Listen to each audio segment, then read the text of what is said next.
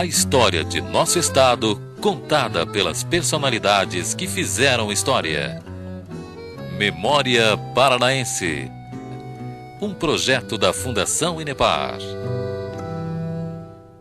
Nosso convidado de hoje no programa Memória Paranaense é o jornalista Luiz Alfredo Malucelli. Começamos contando a história da família Malucelli, uma das maiores famílias italianas do Paraná, que se estabeleceu em Morretes, no caso da sua família. Exato. A família Malucelli veio, o Giovanni e a Margarita Malucelli vieram da Itália em 1877 e se estabeleceram em Morretes, inicialmente com agricultura, plantação de banana. Mais tarde compraram um engenho de cachaça e, ultimamente, numa usina de açúcar, quando foi vendida. E até hoje tem a festa da família Malucelli, uma das maiores famílias italianas. Nós temos a Fundação Giovanni Malucelli, que se reúne anualmente. Foi restaurado os casarões onde a maioria dos Malucelli nasceram. E todo ano tem uma festa para comemorar a vinda ao Brasil. O caminho de Morretes a Curitiba, como foi? Um grupo, o primeiro grupo que saiu de Morretes foi para Palmeira. Eles compraram uma serraria. Depois outro grupo, o ramo da família foi para Fernandes Pinheiro. O meu grupo, do João Malucelli, que era um dos filhos, também comprou uma serraria entre Palmeira e São João do Triunfo. E depois vieram para Curitiba. O Malucelli da Visconde já veio depois da Segunda Grande Guerra, que era outro do ramo, E em seguida foram se espalhando pelo Brasil. Hoje a família está entranhada por aí. O senhor veio para Curitiba, a primeira atividade foi jogador de futebol em Curitiba. Eu vim para Curitiba em torno de 1940, depois de passar por essa serraria lá perto de São João do Triunfo. Mas como jogador de futebol eu fui, por volta de 47, eu fui jogar no Juvenil do Curitiba, joguei até 1950. Eu fui campeão em 49 e 50. Depois, por insistência de um tio meu que era atleticano doente, eu fui jogar no Atlético. Joguei um ano no Aspirando Atlético e em 1953 eu joguei um ano no Profissional do Britânia e desisti de jogar futebol. Jogador de futebol naquela época já virava ídolo ou ainda não havia tanto brilho em cima do jogador? Existia, porque Curitiba era uma cidade pequena naquela altura, mas nós tínhamos na época grandes jogadores como o Fedato, o Jackson, o Sireno, E tinha também, era um conhecido, ganhavam presentes, era quase um amadorismo, mas ganhava, mas se ganhava muito presente, O jogador de futebol era também idolatrado. Mas o salário não dava para viver de futebol na época? Alguns ganhavam, mas era apenas para se manter, As partidas de futebol em Curitiba, o que é que o senhor se recorda dessa época, quando você estava em campo, as pessoas estavam presentes, já tinha essa paixão toda pelo futebol na cidade, ou isso cresceu mais tarde?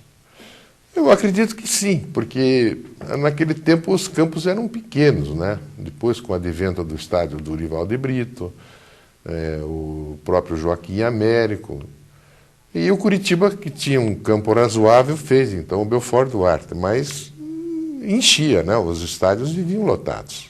O acompanhamento da imprensa, a rádio já transmitia jogo? Como é que os jornais davam destaque, acompanhavam o futebol?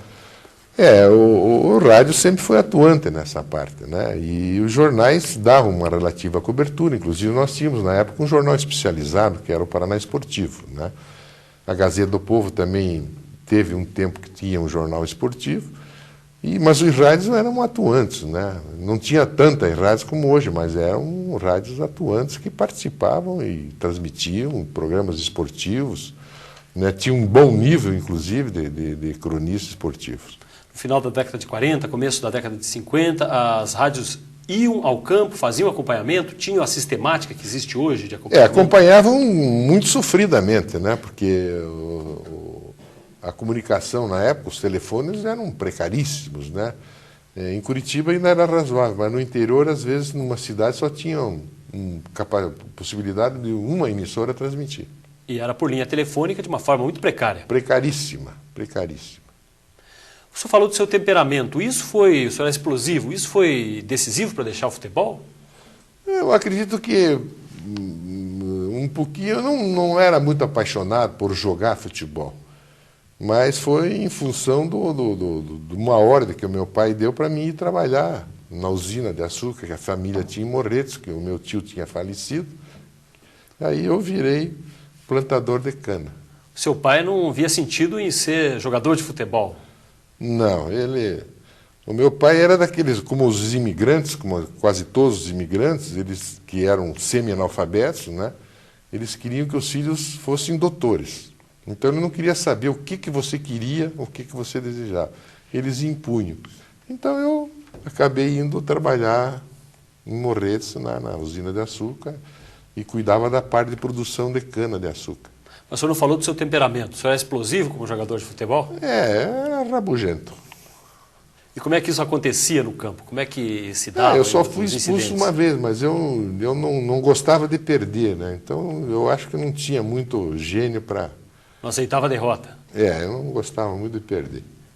E depois, retornando a Curitiba e a passagem de jogador de futebol para repórter esportivo, continuando a paixão pelo futebol, mas a mudança para repórter esportivo. Eu antes de ir para Morretes, eu já participava em transmissões como repórter na Rádio Guaracá, na PRB2, mas consolidei assim a profissão na minha volta, né, em torno de 1956, 57, que eu comecei a trabalhar na Rádio Colombo, já como profissional. E tinha uma boa compreensão do futebol e isso ajudava como repórter? A gente vai aprendendo, né? Então, eu nunca tive facilidade, nunca seria um locutor. Eu era um repórter, né? Comecei a trabalhar na Gazeta, então era esforçado, né? Procurava saber das coisas, então eu era bem informado. Então, fui contratado por rádio justamente por causa disso. Eu conhecia bem o pessoal, né? E passei praticamente a viver disso. O rádio era muito importante na década de 50, não existindo ainda a televisão. Como é que era a presença do futebol dentro das emissoras, das poucas emissoras curitibanas? Programas, cobertura? Antes do advento da televisão, o rádio era importantíssimo, né? Porque não tinha televisão, então a informação, como até hoje, o rádio é muito importante, né? Porque ele entra em todas as camadas sociais. E naquele tempo, então, como foi 60, né, se me falha a memória, que teve a primeira emissora em Curitiba. Então o rádio era importantíssimo, era influente, tinha programas. Arthur de Souza, né, que tinha a revista matinal, era o jornal nacional da época. A Hora do Ângelos, né, o da Legrave, um outro que agora me falha a memória, apresentava o programa, ele dava autógrafo quando ia nas igrejas, nas missas. Né? A Lorival Portela Natel, né? Eles faziam um programa na Hora do Ângelos, no Rádio Guaracá, e ele era um homem estimadíssimo em Curitiba. O senhor é repórter de campo no rádio, no final da década de 50. O rádio era muito precário tecnicamente. Como era essa mobilidade, a possibilidade de correr, de conversar com o jogador? Era, né? Não tinha esses microfones sem fio hoje. O equipamento era aquelas maletonas que o sujeito tinha que ser um atleta para carregar. E era realmente precário, com fio, né? Mas era atuante e tinha um bom nível profissional na época. Muito bom nível. E essa passagem para a Gazeta, fazendo daí a crônica esportiva, começo da década de 60, como é que isso se dava no jornal, a cobertura do futebol? Na época a Gazeta ainda não tinha... eu entrei na Gazeta antes do advento da compra pelo Dr. Francisco Cunha Pereira, então a Gazeta era mal aparelhada, né? Estava com dificuldade, inclusive. Mas, como eu gostava e como eu gosto de jornal até hoje, eu sou fissurado em jornal, sou um leitor assim, assíduo, há anos que eu leio o jornal todo dia, e tomei gosto, né? O diretor, na época do esporte da Gazeta, o editor era o João Elísio Vieira da Costa, que é advogado, trabalha em Paranaguá hoje. Aí eu fiquei sendo o editor. E Até modificamos a paginação da Gazeta, imitando o Jornal do Brasil, Sem Fio, não é? O Armando Nogueira era o grande cronista na época, eu admirava muito, nunca aprendi a escrever como ele, mas admirava. E dei sequência, né, no rádio, no jornal e na televisão. A chegada da televisão em 60, o senhor foi para o Canal 6, TV Paraná, que chegava pelas associadas. A cobertura esportiva pela televisão, a televisão não transmitia ainda jogo de futebol no começo. Não tinha videotape, né? Veio bem mais tarde. Transmissão à distância não se fazia? Depois, eu acho que eu não me lembro exatamente, mas a televisão começou a transmitir os jogos após na Copa de 62 no Chile. Eles traziam de avião o cinescope e passavam. Era muito difícil, né? Porque eram cenas em filme e curtas, mostrando os no principais local momentos. A gente eventualmente usava, porque era muito caro, um filme, filmavam, tinham que revelar, mas era muito precário. O programa era quase todo só falado. Para chegar ao campo e fazer uma cobertura ao vivo, levou muito tempo, então? Levou. Isso já não estava mais. O espaço comercial da televisão, o senhor acompanhou isso de perto. Em que momento a televisão, e depois até foi sua dedicação maior à publicidade em televisão, em que momento a televisão se consolidou como um veículo importante comercialmente no Paraná? Porque eu acho que foi com a Tupi, né? A Tupi veio já com equipamento moderno. Nós tínhamos apenas o Canal 12, que era bem precário, né? Foi o pioneiro, o Dr. Najib Besset. E a Tupi já trouxe um equipamento mais sofisticado, com uma programação variada, inclusive faziam teatro, shows, traziam grandes artistas. Então ela teve uma influência muito grande, né, que virou totalmente o mercado publicitário do rádio para a televisão, inclusive roubando clientes de jornais. E aí o rádio começou a enfrentar dificuldades maiores, com a perda de muitos dos seus anunciantes. Ou da verba, pelo menos boa parte da verba publicitária. Exatamente, porque o rádio, então, ele tinha muito radioteatro, né, nós tivemos aqui a PRB2, que foi uma emissora que competia a nível nacional, né, com as suas ondas curtas. E houve, então, uma decadência, né, no setor de broadcasting, né. Vamos então para o intervalo comercial. Estamos conversando com o jornalista Luiz Alfredo Malucelli, hoje aqui no programa Memória Paranaense. Já voltamos. Estamos apresentando Memória Paranaense, um projeto da Fundação Inepar.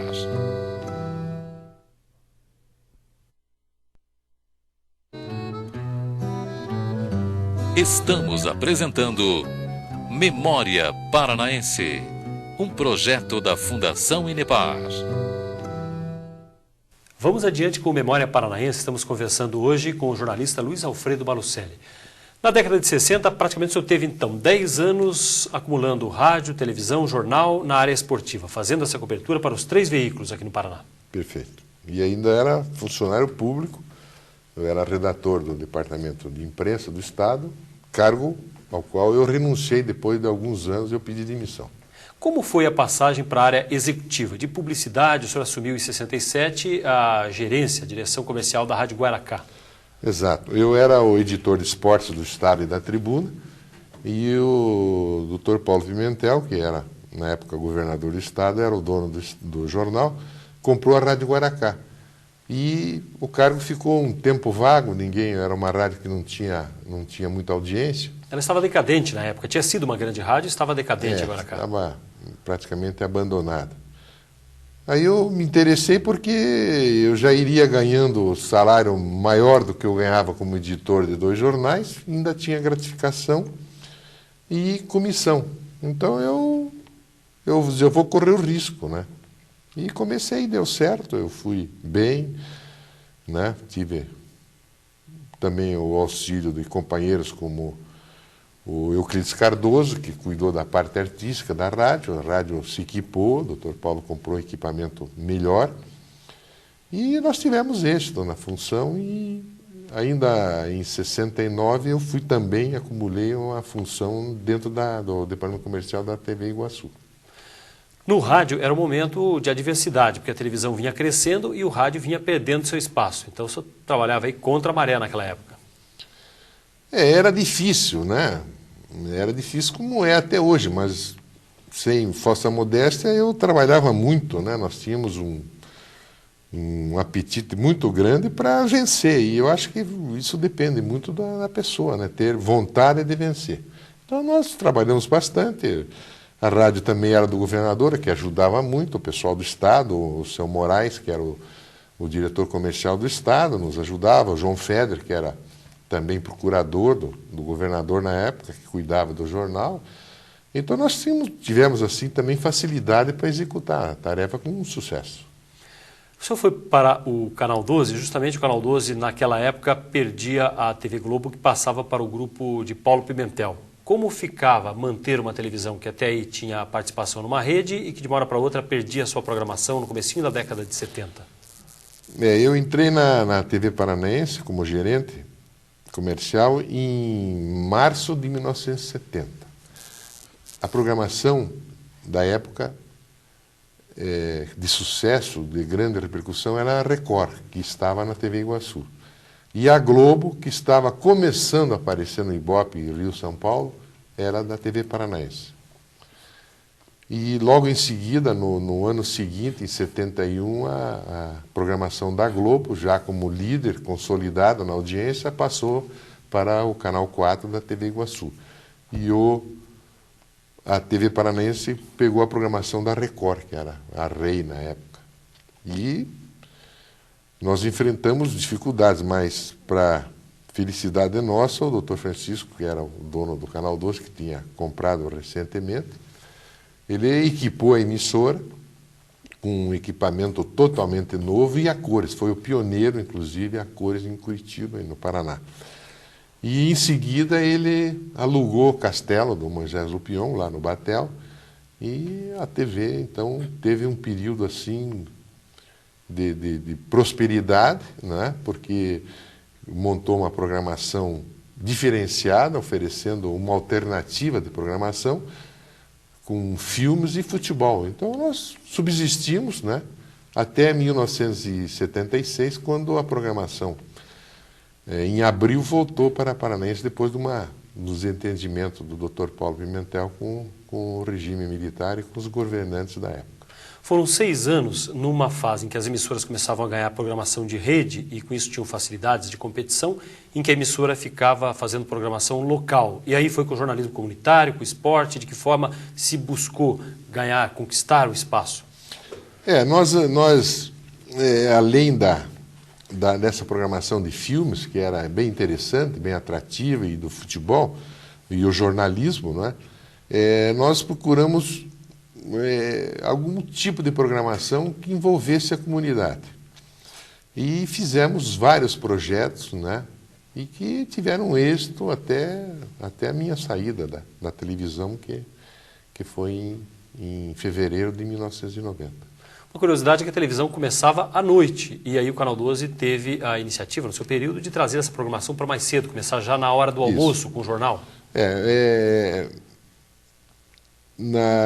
Naquela época, as emissoras só funcionavam praticamente à tarde, no fim da tarde até a noite, à madrugada. Então o Canal 12 começou a operar com um jornal, um programa esportivo, né, e em seguida um programa jornalístico. Então ganhou assim um novo espaço dentro do horário comercial, né, um tipo de programação diferente, né? Luiz Geraldo Maza, Carlos Marassi. O Luiz Geraldo Maza era o editor e comentarista também, né, porque ele sempre acompanhou, ele gosta de futebol, ele começou também a comentar. E os apresentadores eram o Carlos Marassi e o Almir Feijó. Então era um programa de nível, né? E daí teve continuidade com um programa jornalístico, né, em seguida. E depois à tarde continuava a programação de filmes e outras atrações, programas infantis. Praticamente se fazia um rádio na TV, né? Na ausência de uma capacidade de produção local maior, se fazia alguma coisa parecida com rádio na televisão, debates. Não tinha muito recurso, né? Também a emissora, no começo, que O Dr. Francisco comprou, tinha dificuldade, né? Porque era uma emissora que vinha bastante defasada em termos de equipamento. Mas após a compra, a mudança até para o Castelo, foi um equipamento todo novo, com videotape, teve recursos, né? Então a emissora cresceu tremendamente e teve sucesso, apesar de não ter programação da Globo. O trabalho na direção comercial de atração do cliente, que é uma coisa muito importante, né? Relações públicas, a proximidade com o cliente, como é que o senhor desenvolveu isso? Porque foi um dos destaques depois da sua atuação, foi essa tarefa. Bom, nós tínhamos um grupo que se reunia toda sexta-feira. Aliás, ele começou no sábado. Se encontravam na emissora, tomavam um aperitivo e depois iam almoçar, geralmente feijoada.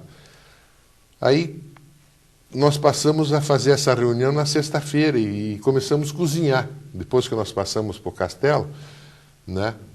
Foi um desafio com um publicitário, o Roberto de Souza, que me levou a comer um macarrão num restaurante. E eu critiquei, disse, olha, desculpe, isso aqui não é macarrão. Aí ele disse assim, você faz melhor? Eu disse, eu faço. Você sempre gostou de culinária também? Eu já gostava de cozinhar. E fiz uma macarronada, e aquele grupo eram 6, 10 pessoas que se reuniam na sexta-feira. Aí caí na asneira de fazer o macarrão e eu passei a fazer toda semana, né? Ainda mais no Castelo, que tinha um local próprio lá, né?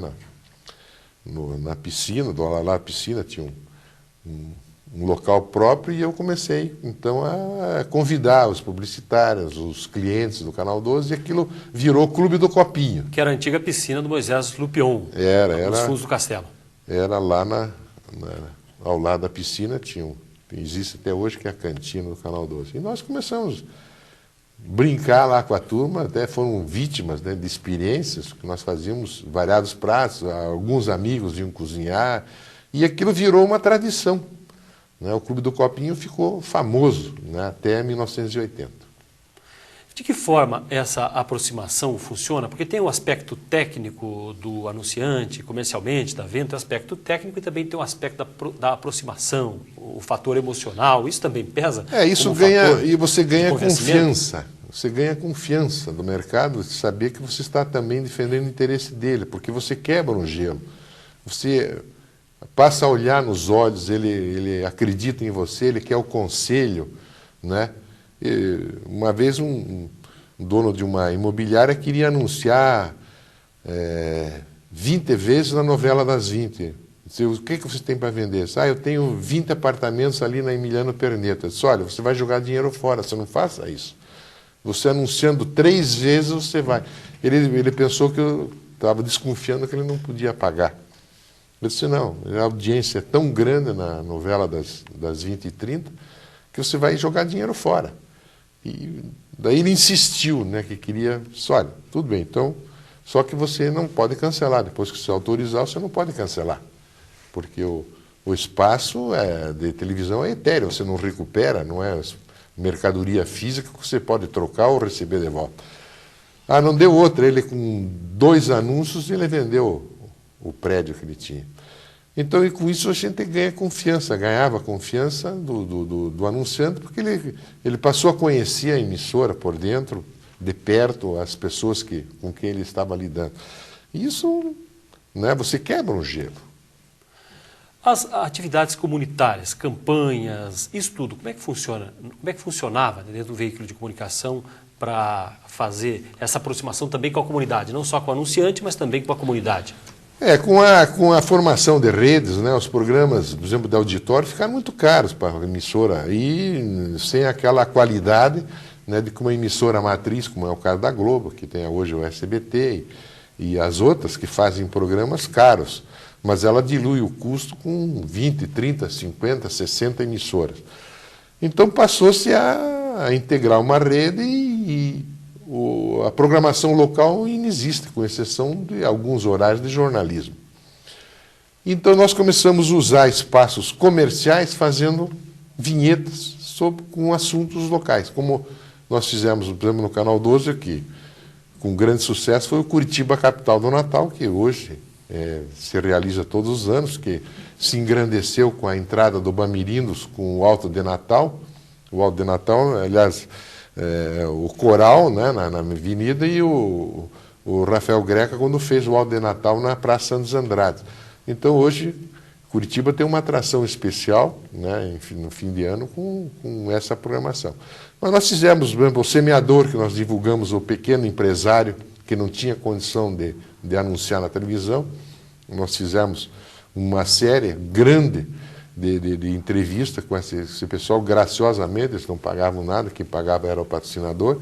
Fizemos também, isso tenho muito orgulho, porque nós fizemos isso em 86, 87, o Meu Paraná, que você precisa conhecer, quando nós mostramos as estâncias hidrominerais, as cascatas, né, os saltos do Paraná, né, o Guartelá, que era um cânion desconhecido, nós mostramos na época, né, foi na época do Álvaro Dias, foi um projeto que eu apresentei para o então secretário de turismo, que era o Gradia, né, foi aprovado. Então nós aproveitávamos espaços em que nós não tínhamos, que integrávamos a Rede Globo.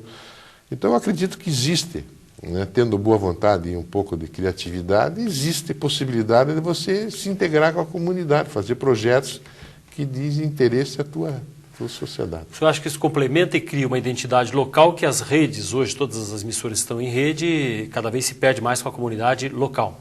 Exatamente. Eu acho que existe um espaço, né? Agora precisa criar coisa boa, né? Criar ideias boas. Não adianta botar lá uma imagem sem razão de ser. Então nós criamos coisas que despertavam o interesse da comunidade. Vamos para mais um intervalo comercial. Estamos conversando hoje com o jornalista Luiz Alfredo Malucelli, aqui no Memória Paranaense. Já voltamos. Estamos apresentando Memória Paranaense, um projeto da Fundação Inepar.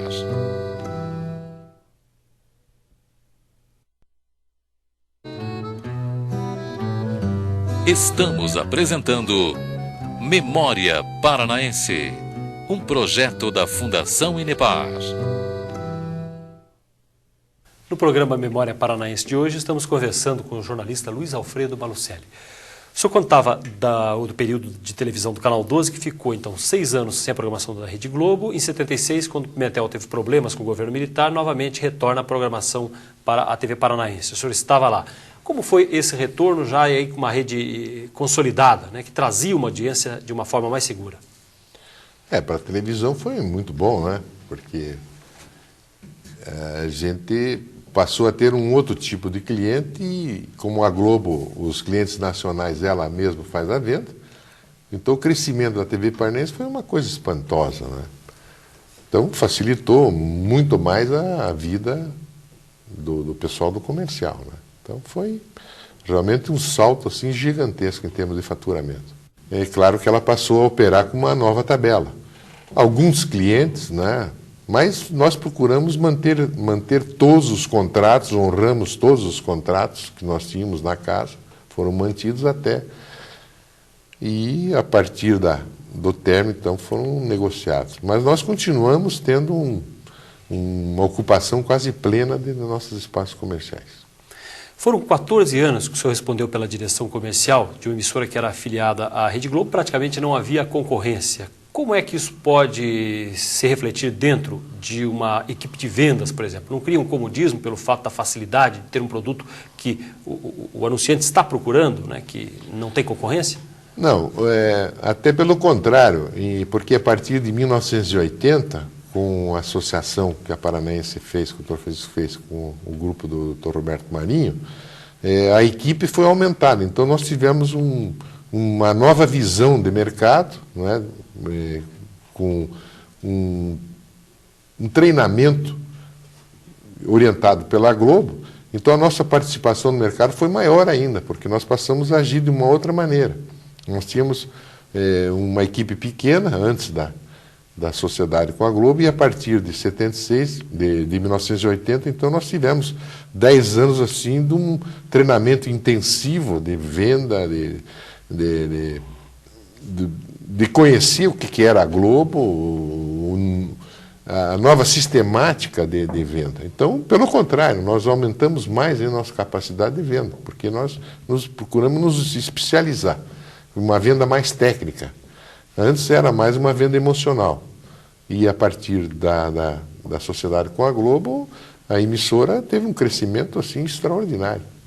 Tanto tempo dirigindo a área comercial, muitas vezes o anunciante confunde a questão editorial com a valorização, com o valor que ele paga como anunciante. Como administrar situações como essa?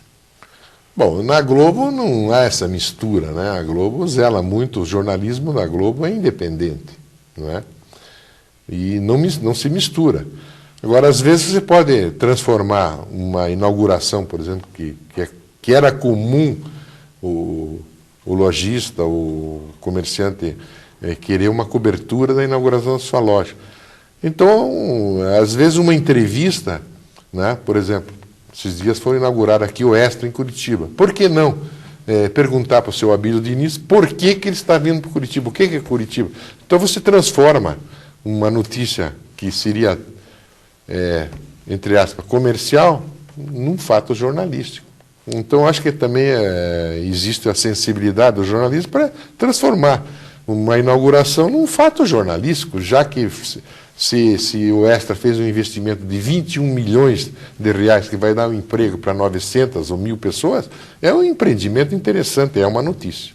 É buscar na notícia econômica o interesse comunitário, o reflexo daquela informação. Claro, informar para o público que está está se inaugurando um supermercado em funcionamento de 24 horas. Então acho que aí deve caber ao jornalista a sensibilidade para transformar uma notícia que hipoteticamente seria de interesse comercial do dono da loja, uma notícia de interesse da comunidade. No quadro geral da televisão do Paraná, a dificuldade que as outras emissoras encontravam, havia uma emissora bastante forte, uma rede forte, e aí na década de 70, de 80, que o senhor estava dirigindo a área comercial, a dificuldade das outras. O que principalmente fazia com que as outras emissoras tivessem essa dificuldade de competição? Bom, eu acho que muito é falta de talento, né?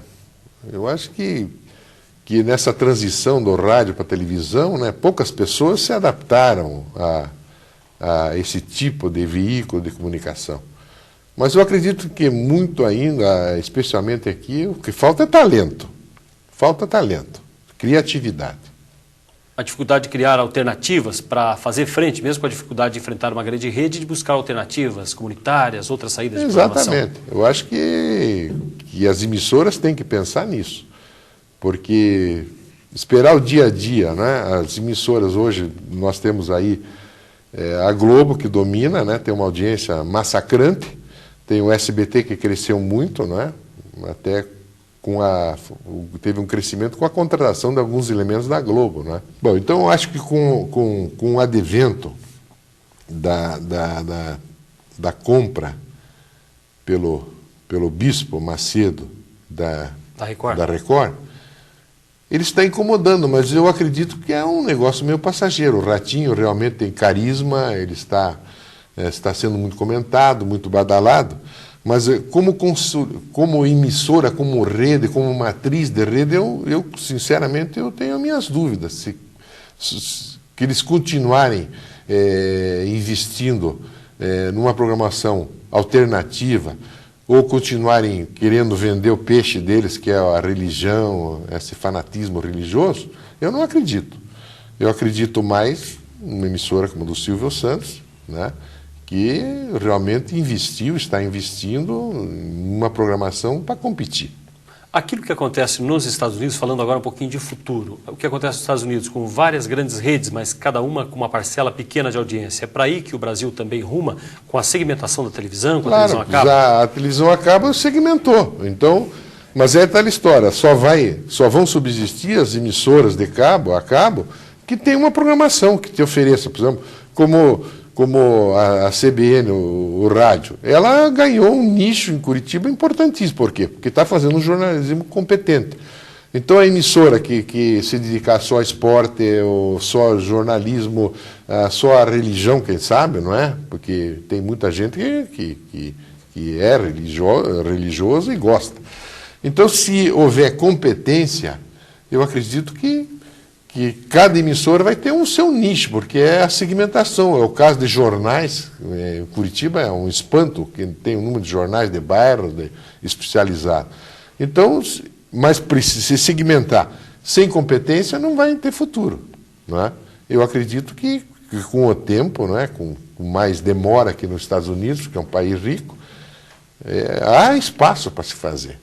Não sei o nível assim de qual o núcleo, o número de pessoas que... Por exemplo, na Globo tem um critério que cada 1 milhão de habitantes cabe uma emissora, ou uma cidade com no mínimo de 200 mil habitantes cabe uma emissora.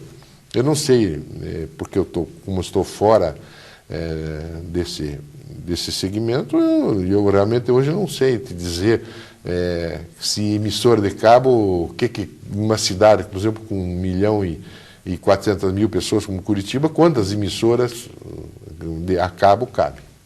Agora, uma emissora eclética tentando pegar uma faixa muito grande de público para o futuro, o senhor acha que fica inviável, já que a tecnologia possibilita tantos canais e a segmentação vem aí dividindo a televisão por interesses de áreas específicos de cada público? É muito difícil, porque a Globo, por exemplo, já está muito adiantada, foi uma emissora que se equipou, que se equipa seguidamente, constantemente, ela está brigando pela qualidade, né? Não só da sua produção, como a sua qualidade técnica.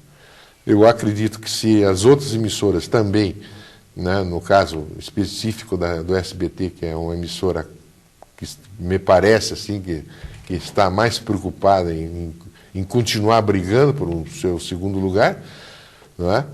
Eu acredito que elas vão manter, porque a segmentação não vai dar uma grande audiência. Né? A emissora acaba, ela tem, não é, os seus clientes lá, mas também não existe um grande mercado comercial, porque às vezes a emissora tem um programa de grande audiência, vários programas, no caso das novelas, mas ela tem um limite, o mercado publicitário tem um limite, não é? Para que ela possa subsistir. Então, uma emissora como a Globo, a gente nota que ela tem programa infantil, tem programa esportivo, tem programa para mulher, né? Tem jornalismo e tem filmes. Né? Então, ela separa, né, segmenta a sua atuação como emissora de atração, né, de programação, com o interesse comercial, o espaço que existe, a capacidade do mercado em anunciar. A excessiva popularização, tendência hoje das emissoras de televisão, das redes, buscando até com brigas familiares, às vezes até com apelação. O senhor acha que isso vai ter uma limitação? Como é que os meios de comunicação vão continuar lutando pela audiência e apelando para essa linha de programação?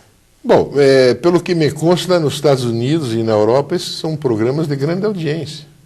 Né? Então, às vezes, a nível cultural, eu tenho ouvido na Boca Maldita que tem gente que gosta de ver, né? Tem gente que gosta de ver aquele programa de murro lá, que é real sem luva, né? Aquelas, até me esqueço o nome daquele tipo de... Aquilo é uma barbaridade, aquilo é uma selvageria, e tem gente que gosta. Né? O Ratinho, por exemplo, o Maza comentou, né, esses dias que o Ratinho era uma figura carismática, e eu me dei o trabalho de ficar vendo um pedaço, realmente. Né? Ele é interessantíssimo como apresentador. Né? Não é tanto baixaria, diz que tem outros programas aí piores, né, do que de baixaria, que levam casais para se esbofetear. Ele conseguiu um pouco de humor, talvez? Eu acho que ele tem espaço, né?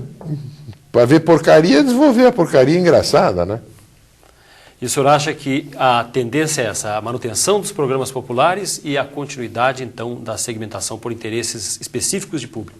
Não há dúvida, não há dúvida.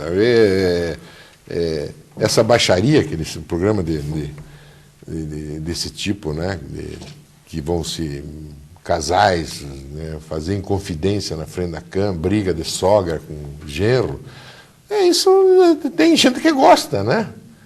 Quer dizer, há gosto para tudo. Agora, as emissoras, as grandes emissoras que vão ganhar dinheiro é fazer uma programação mais séria, mas de mais qualidade, né? De nível. Vamos então para mais um intervalo comercial. Estamos conversando hoje aqui no Memória Paranaense com o jornalista Luiz Alfredo Malucelli. Já voltamos.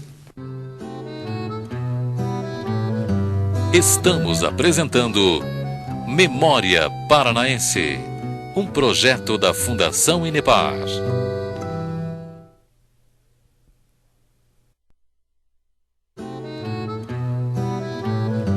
Estamos apresentando Memória Paranaense, um projeto da Fundação Inepar. Vamos para o último bloco do programa Memória Paranaense, hoje conversando com o jornalista Luiz Alfredo Malucelli. Bom, o senhor falou dos 20 anos que o senhor dirigiu a área comercial do Canal 12, da TV Globo aqui no Paraná, aquele crescimento todo que existiu, a emissora se tornou predominante no estado e depois, em 90, depois de 20 anos de trabalho, essa consolidação, o senhor deixou a emissora. Por quê? Eu estava estressado, né? Eu saturei e fiz um acordo amistoso com o Dr. Francisco e fui trabalhar no Paranabanco, onde eu estou até hoje. Continua na área comercial, mas de outra forma, de uma forma mais leve. Eu hoje tenho a felicidade de não ter patrão e não ter empregado, né? E a sua dedicação hoje, que é uma coluna na Gazeta, aquela coluna que traz os fatos curiosos da história do Paraná, da comunicação, da política, isso vai render um livro. A ideia é publicar, não é? Eu não gosto de jogar baralho, não vou, desde 1967 eu não vou mais em campo de futebol. Então eu gosto de fazer comida, de comer e de bater papo. Não gosto de jogar baralho, né, que é muito comum. Então eu sempre fui um ouvidor de história, um ouvinte de história e gosto muito de contar. E já no meu tempo que eu escrevia esporte na tribuna, eu sempre contava algumas histórias. Era uma coluna séria, mas de vez em quando eu contava uma coisa jocosa. Então, a partir do momento em que eu estou escrevendo a coluna na Gazeta, especialmente, eu tenho uma fonte enorme. Agora, eu vou atrás, quando eu descubro alguém que é contador de história, eu procuro agendar uma entrevista e vou conversar e tomo nota. Eu recebo também muitos telefonemas, fax, né? E vou na Boca Maldita, pelo menos 3 vezes por semana eu vou na Boca, que ali é uma fruteira. O senhor acha que vai dar uma história de bastidores do Paraná que certamente não vai ter igual? Eu acho que até vai dar mais de um... Eu já tenho histórias colecionadas, já tenho em disquete, tenho textos, né, para uns 2 livros no mínimo. Da política também muitas histórias surgem? Surge, mas tem muita coisa que não dá para contar, né? E eu me propus a contar histórias jocosas e curiosidades. Bandalheira eu não conto nenhuma. Mas da política, alguma que dê para contar? Bom, lá na Boca tem o seu João Batista de Moraes, que foi diretor do Estado do Paraná, comercial há muito tempo. Ele é um gozador, tem 80 e poucos anos hoje.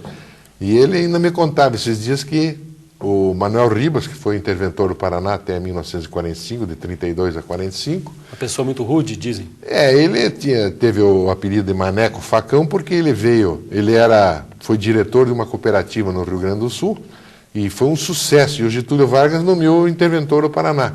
E ele disse que era um pouco rude e já chegou aqui demitindo gente, né? Porque mudou a política, né? E então ele ganhou o apelido de Maneco Facão. E uma manhã o chefe de polícia, na época era o Fernando Flores, viu e disse: poxa, o senhor está com conjuntivite. Ele estava com os olhos inchados, né? O senhor está com conjuntivite. Aí nisso chega o Gaspar Veloso, que era o secretário de Educação, e eles puseram: Gaspar, eu estou com conjuntivite nos olhos. Aí o Gaspar disse assim: Ribas, conjuntivite nos olhos é pleonasmo. Aí o Ribas disse: olha, eu não sei se é pleonasmo ou conjuntivite, mas eu estou com meus olhos fuzilados. Agora da comunicação também, algumas histórias surgem do rádio, da TV, de do tempo rádio, de convivência? Do rádio tem fabulosas, né?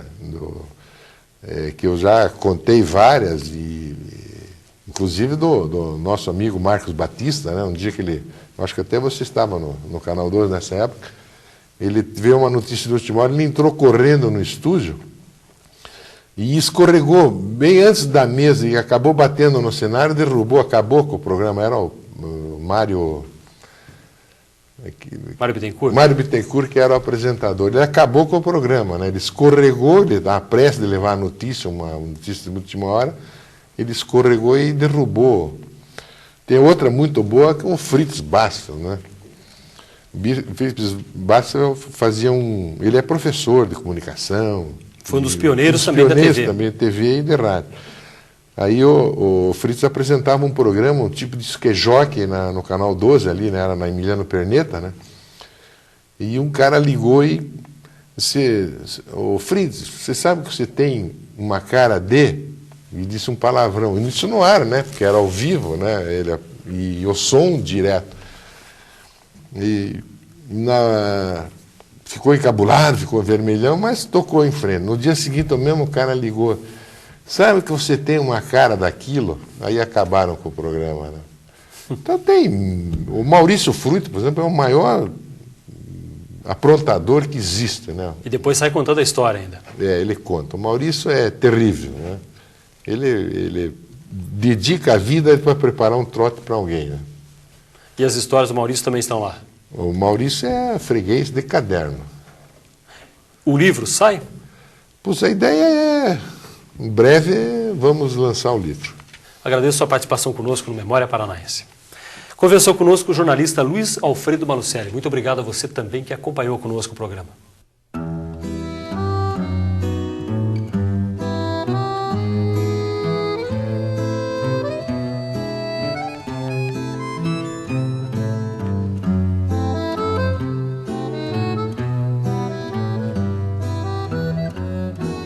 Memória Paranaense, um projeto da Fundação Inepar.